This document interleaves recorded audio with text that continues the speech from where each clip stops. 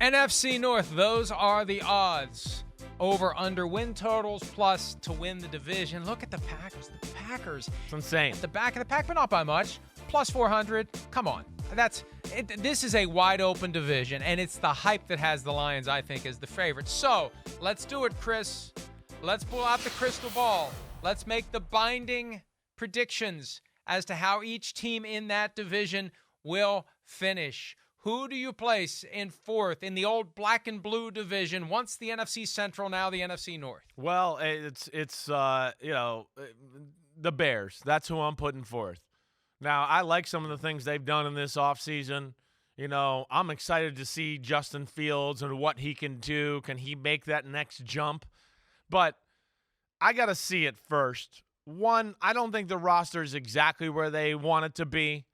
Two, Justin Fields and his ability to throw in the pocket and win games that way and do that, I still have question marks about that. I still don't even think he got enough throws in this preseason altogether and didn't throw it all that great in the last preseason game if you watch that against Buffalo. So I think between that, they got some pieces on defense. I think they're improved, but I still think they're the fourth best team in the division as we sit here right now.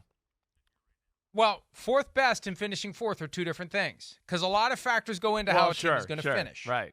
So I'm finishing fourth.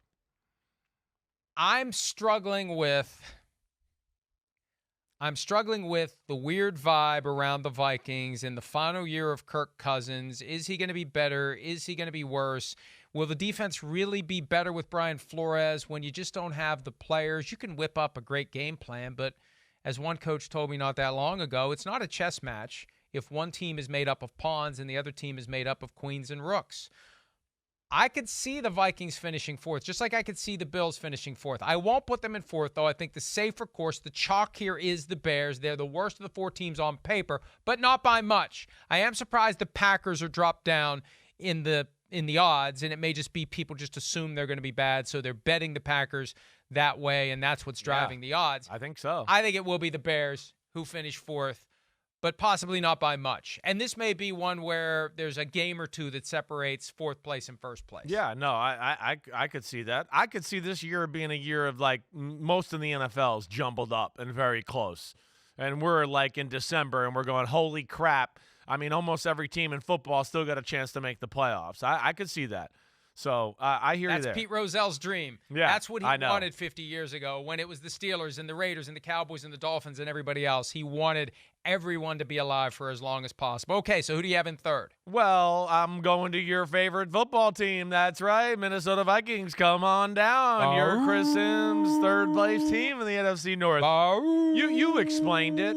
Last year was like a phenomenon. I mean, it was a phenomenon. I mean, it really was. I mean, do you ever remember going like, wait, they're 10-2 and I don't even think they're good? Like what? Like that's what we said last year. We were kind of saying that all along. Like it's kind of amazing. I just don't see it shaking out that way. The defensive concerns like you talked about, the rest of the division and people kind of figuring out a little bit about Kevin O'Connell and that offense.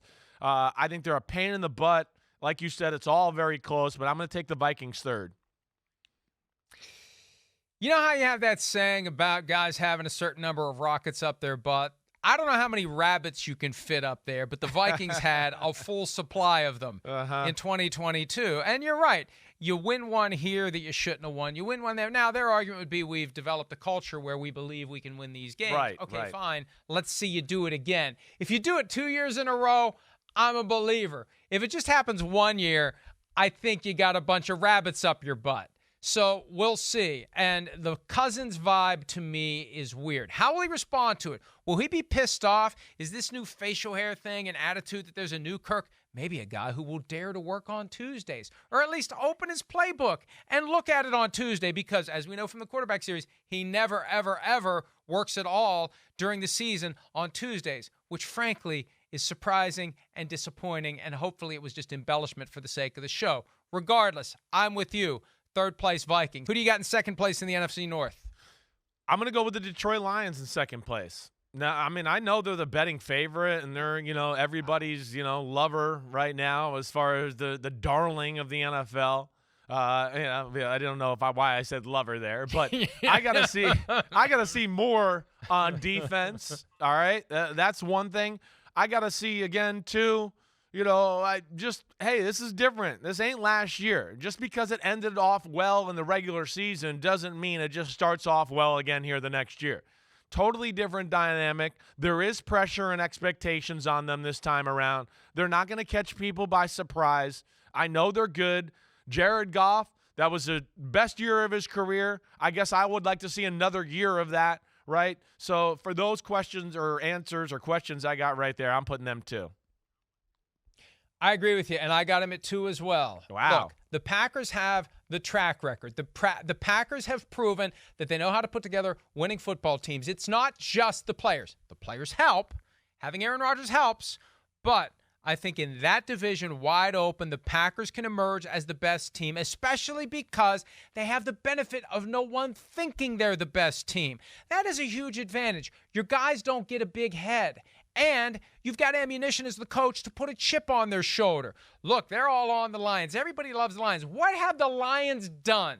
And if I'm a Lions fan, I like the fact that my team's getting respect. I like the fact that they're talking about my Lions. But at the same time, what have my Lions done to deserve this? Carrying these expectations when they haven't won a playoff game since 1991. That's it. So I just think, hey, they started 1-6 last year. It made the finish more exciting. But at the end of the day, they didn't get to the playoffs.